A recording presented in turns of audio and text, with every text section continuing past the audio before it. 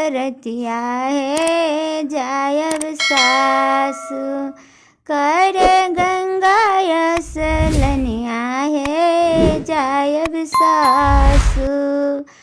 आसीन मास करबई जितिया बरतिया है जायब सासु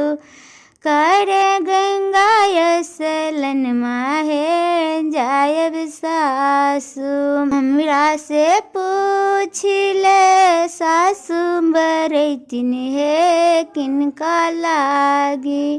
करबू जितिया बरतिया है किनका लागी करबू जितिया बरतिया है किनका लागी हमरा जे देलक सासु सोना सन पुत्र से उनके लागी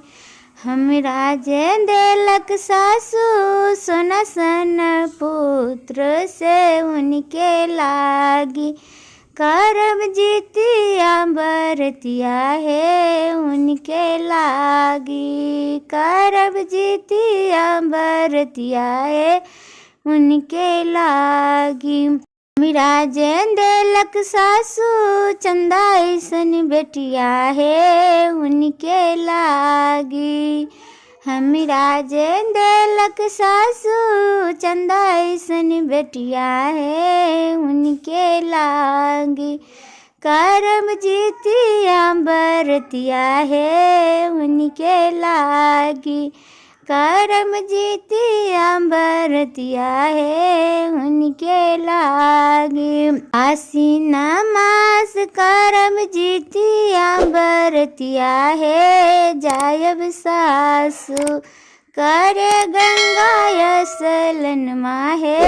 जायब सासु करे गंगा यसलन माहे जायब सासु हमरा से पूछ ले सासु बरतिन है किनका लागी करबो जितिया बरतिया है किनका लागी हमरा जे देलक सासु सिरा के सिंदूर से उनके लागी हमरा जे देलक सासु सिर के सिंदूर से उनके लागी करब जितिया बरतिया है उनके लागी करब जितिया बरतिया है उनके लागी हमरा से पूछ ले सासु बरतिन है किनका लागी करबू जितिया बरतिया है किनका लागी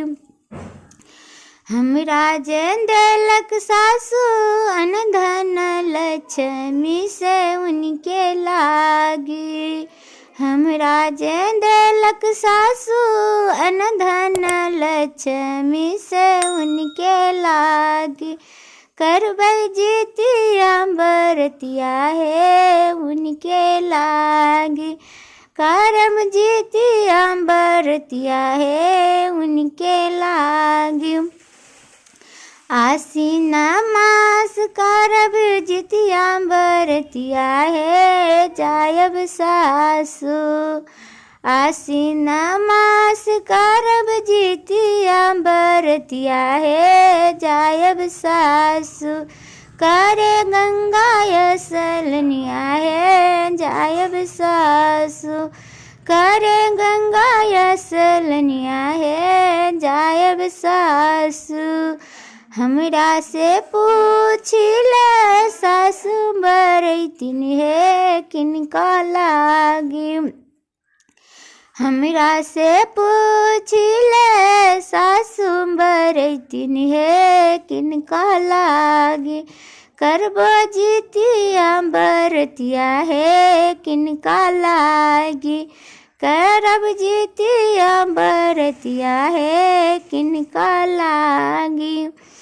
हमरा जे देलक सासु निर्मल काया है उनके लागी हमरा जे देलक सासु निर्मल काया है उनके लागी। करब जितिया बरतिया है उनके लागी। करब जितिया बरतिया है उनके लागी।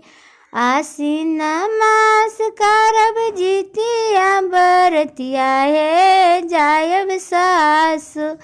करे गंगा यसलनिया है जायब सासु